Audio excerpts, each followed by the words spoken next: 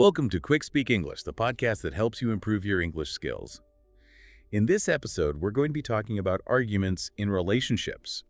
It's something that happens to everyone. Everyone argues sometimes. It's completely normal. But how we argue and how we communicate during an argument, those are very important for healthy relationships.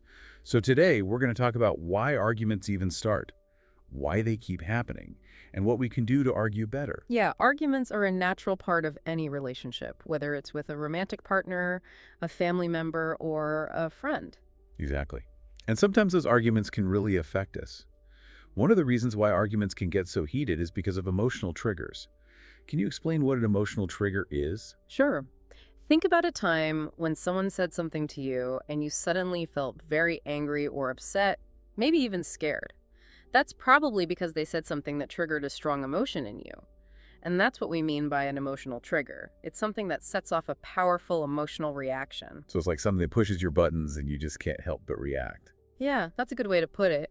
And these triggers are often connected to our past experiences, especially difficult or painful ones. So maybe something happened in your childhood or in a previous relationship that makes you extra sensitive to certain words or actions. So something that might seem small or insignificant to someone else could be a really big deal to you because of your own personal history. Yes, precisely. And that's why it's so important to be aware of your own emotional triggers. What are the things that make you react strongly? What are those buttons for you? Once you know what they are, you can start to understand why you react the way you do. And then you can start to manage those reactions better. That makes sense. If you know what sets you off, you can be more prepared to deal with it in a calm and controlled way. Now, another thing that I've noticed is that sometimes arguments can feel like a power struggle. It's like both people are trying to win or be in control. What can you tell us about that? Power struggles are very common in relationships. It's when two people are constantly trying to get their own way or have the final say in decisions. This can happen in all sorts of situations, from like deciding where to go for dinner to making really big life choices. And the problem with power struggles is that they create a win-lose dynamic. So someone always feels like they're losing out, and that can lead to resentment and conflict. It's like you're constantly competing with each other instead of working together as a team. Exactly. And in a healthy relationship, you want to feel like you're both on the same side. So how do you break free from these power struggles? Well, it takes effort from both partners to shift that dynamic. So what are some things couples can do to try to avoid these power struggles? Well, one of the most important things is learning to really listen to each other. And I don't mean just waiting for your turn to talk, but actually trying to understand your partner's perspective. Even if you don't agree with them, at least try to see things from their point of view. This can help you find common ground and make decisions together. So it's about understanding where they're coming from and why they feel the way they do. So listening is key. But what about making decisions? Sometimes people just have different opinions. Absolutely, and that's where compromise comes in. Compromise is a way of finding a solution that works for both people, even if it means neither of you gets exactly what you want. It's about meeting in the middle, finding that balance. Precisely. And it's important to remember that compromise isn't about giving up or losing. It's about finding a solution that benefits both of you and strengthens your relationship. It's about working together. Yeah, and I think it's also important to remember why you're in the relationship in the first place. Yeah. It's easy to lose sight of that when you're arguing. That's a very good point. When things get heated, it's helpful to remind yourselves of the love and connection that brought you together. Why did you choose to be with this person? What do you appreciate about them? Focusing on the positive can really help you shift your perspective and approach the situation with more understanding and compassion. So we've talked about emotional triggers and power struggles. What's another reason why couples might find themselves arguing? Sometimes arguments stem from unmet emotional needs. Everyone has emotional needs, and when those needs aren't being met in a relationship, it can lead to frustration and conflict. Can you give some examples of what those emotional needs might be? Of course. So feeling loved and appreciated is a big one. Feeling supported, respected, feeling safe and secure, feeling like your partner understands you and values your opinions. These are all fundamental emotional needs that we all have. And when they're not being met, it can create a lot of tension in a relationship. I can imagine that feeling neglected or unappreciated could really lead to resentment over time. Exactly. And resentment can be a breeding ground for arguments. So it's really important to be aware of your own emotional needs and to communicate those needs to your partner. And just as importantly, be open to hearing about their needs and what's important to them. It's about being honest and open with each other about what you're feeling and what you need from the relationship. That's right. And it's not about blaming or criticizing. It's about expressing your feelings in a healthy way and working together to find solutions that meet both of your needs. Now, something I've noticed is that sometimes couples get stuck in a rut, having the same arguments over and over again. It's like they're on repeat. Why do you think that happens? Well, that's a common experience, and it can be really frustrating. When the same arguments keep happening, it's often a sign that there are deeper issues at play that haven't been fully addressed. It's like the tip of the iceberg, you're only seeing the surface of the problem. So the argument itself might not be the real problem. It's a symptom of something bigger. Exactly. Think of it like this. Imagine you have a small cut on your finger, you put a bandage on it, but it keeps getting infected. You might need to look deeper and realize there's something more serious going on, like a splinter that needs to be removed. So what are some examples of those deeper issues that could be fueling these recurring arguments? Well, it could be unresolved conflicts from the past. Maybe something happened early in the relationship that was never fully resolved and it keeps coming up in different forms. Or it could be differences in values or beliefs. Perhaps you have different ideas about how to manage finances, raise children, or spend your free time.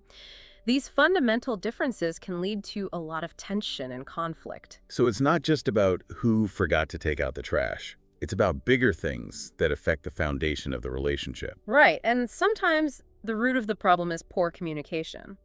Maybe you're not communicating your needs effectively, or you're not really listening to each other, or maybe you're communicating in a way that triggers those emotional buttons we talked about earlier. Which brings us to our next point, communication breakdowns. That's got to be a major reason why arguments escalate and spiral out of control, right? Absolutely. When communication breaks down, it's like trying to build a house without any tools. It's going to be very difficult, and the result might not be very stable. We need good communication tools to build strong and healthy relationships. So what are some common communication breakdowns that we should be aware of? Well, one of the biggest ones is not listening to each other. We interrupt, we get defensive, we don't really try to understand what the other person is saying. We're so focused on getting our own point across that we forget to actually hear what our partner's trying to tell us.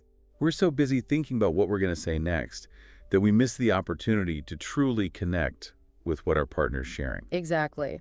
Another common breakdown is getting angry easily. We lose our temper, we raise our voices, and we say things that we later regret. Anger can be a powerful emotion, and it can quickly hijack a conversation. It's like that anger takes over and you can't think clearly or communicate effectively. Right. And another breakdown is always trying to win the argument. It becomes a competition instead of a conversation. The goal is to prove that you're right, rather than finding a solution that works for both of you. So it becomes more about being right than about understanding each other and resolving the issue. Exactly. And finally, sometimes we have difficulty saying sorry sincerely.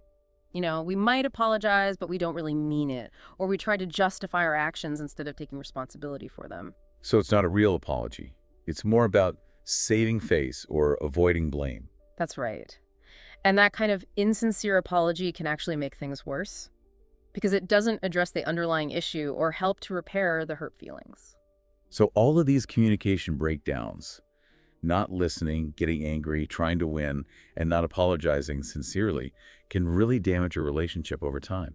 It's like chipping away at the foundation of trust and understanding. That's a great analogy, and I think it's important to remember that good communication is a skill that takes practice. It's not something that comes naturally to everyone, but it's something we can all learn and improve upon. The more we practice communicating in a healthy and constructive way, the better we'll become at it. And that will lead to fewer arguments, stronger relationships, and a more peaceful and fulfilling life overall. Absolutely. It's an investment worth making.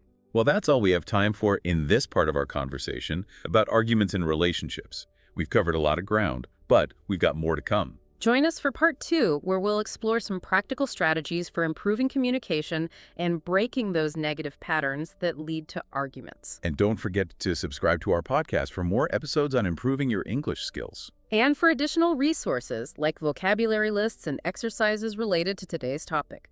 Visit our website. The link is in the description. See you next time. Welcome back to QuickSpeak English. We're continuing our conversation about arguments in relationships. And in this part, we're going to kind of shift gears a bit and talk about some practical tips for communicating more effectively during disagreements. Because as we discussed in the first part, communication is absolutely crucial for healthy relationships. It's the foundation upon which everything else is built. That's right. And like any foundation, if it's weak or cracked, the whole structure is at risk. Exactly. So let's talk about some ways to strengthen that foundation. One of the things you mentioned earlier was the importance of listening. Really listening. Can you expand on that a bit? Of course. Active listening is one of the most powerful tools you can use in any relationship, but especially during an argument. It's about being fully present and engaged in what the other person is saying, not just waiting for your turn to talk. So it's more than just hearing the words. It's about really absorbing what they're trying to communicate. Precisely. It's about paying attention to their words, their tone of voice, their body language. It's about trying to understand their perspective, even if you don't agree with it. So how do you show someone that you're actively listening? What are some practical things you can do? Well, first and foremost, make eye contact. Put away your phone, turn off the TV, and give them your undivided attention. Nod your head to show that you're following along. Ask clarifying questions to make sure you understand what they're saying. So instead of just thinking about what you're going to say next, you're really trying to step into their shoes and see things from their side. That's the key. And when you do that, it can make a huge difference in how the other person feels. They feel heard, they feel understood, and that can really de-escalate a tense situation. It takes the heat out of the argument. Exactly. It creates a calmer, more respectful environment where you can actually work through the issue together. Okay, active listening is a great tool. What else can we add to our communication toolbox? Another helpful technique is using I statements. These are statements that focus on your own feelings and experiences rather than blaming or accusing the other person. So instead of saying, "You always make me feel bad," you would say, You could say something like, I feel hurt when you say things like that.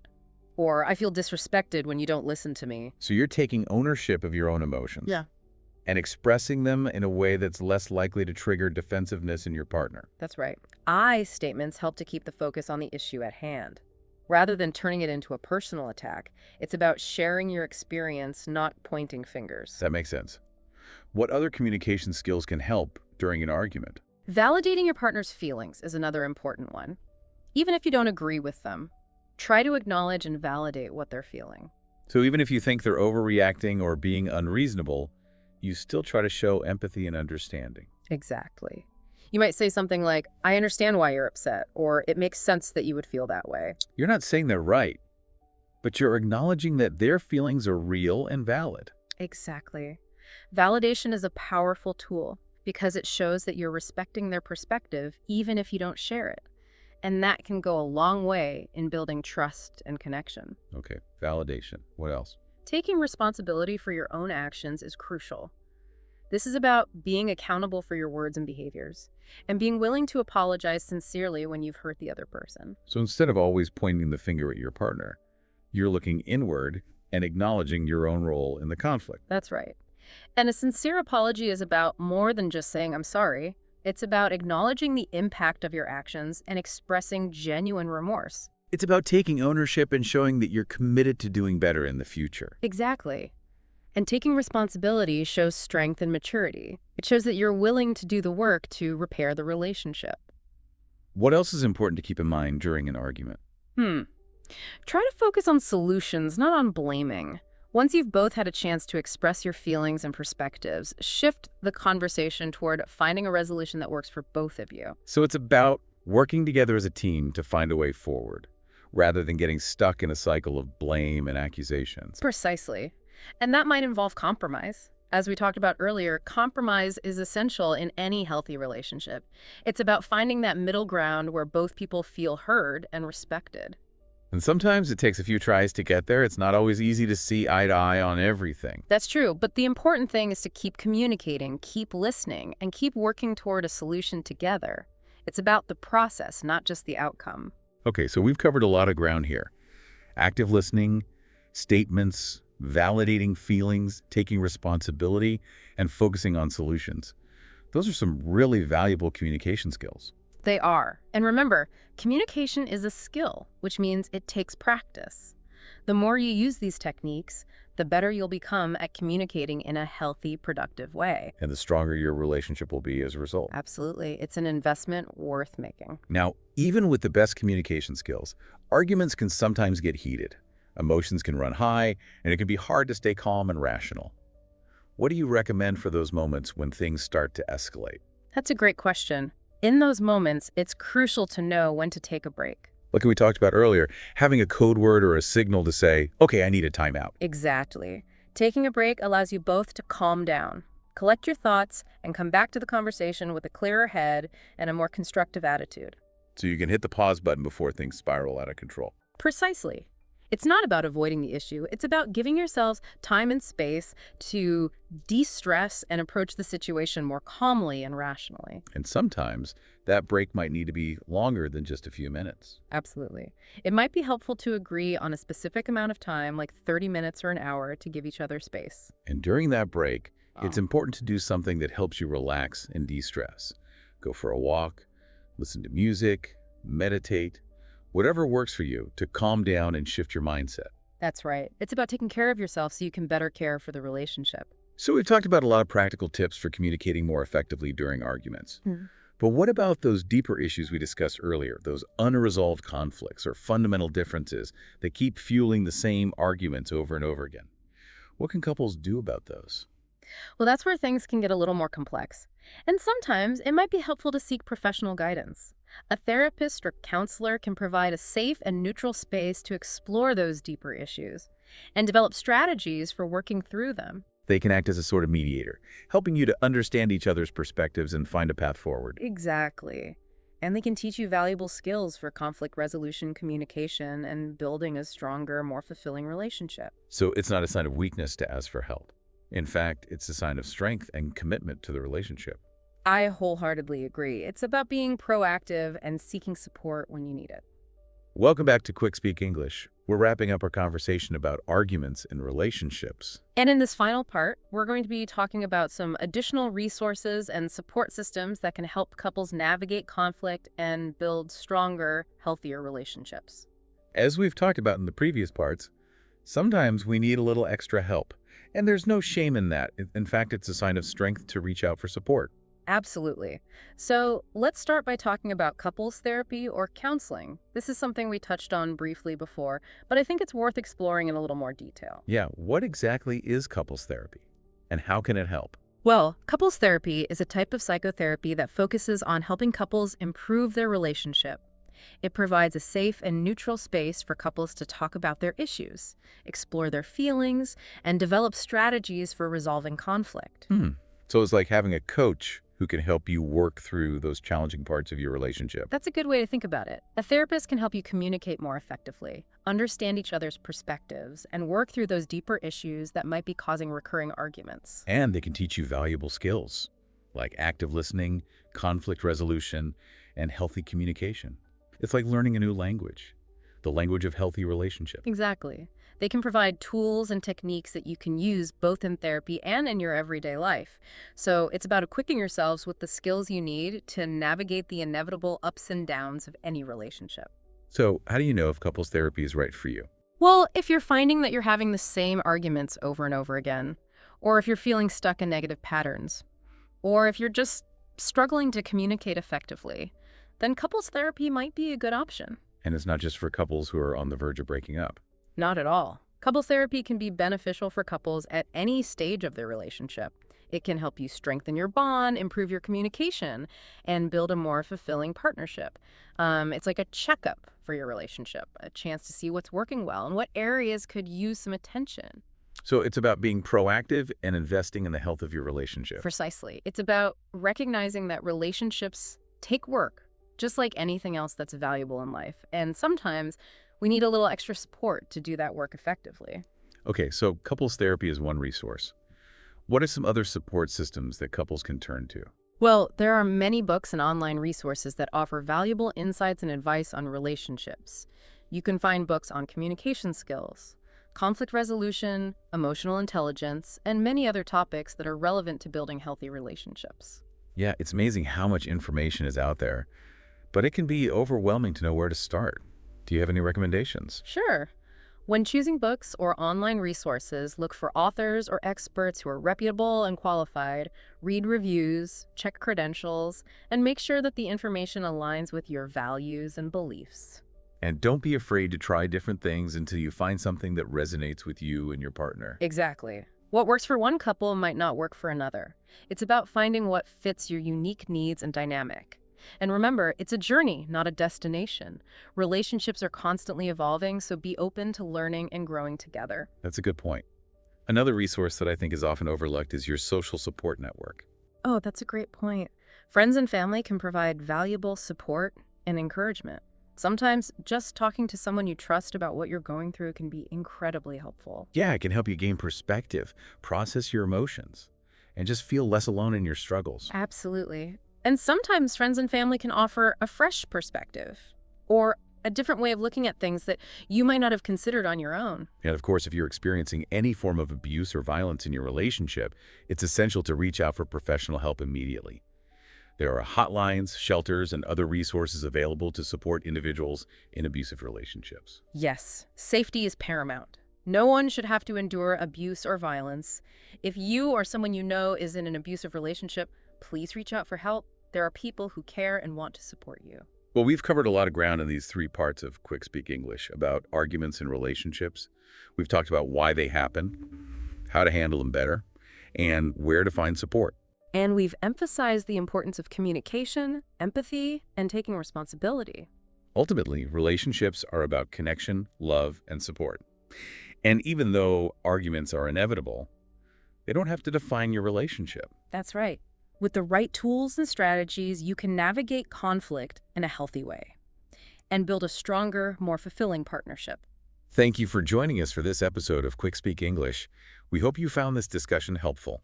Don't forget to subscribe to our podcast for more episodes on improving your English skills. And for additional resources like vocabulary lists and exercises related to today's topic, visit our website. The link is in the description. See you next time.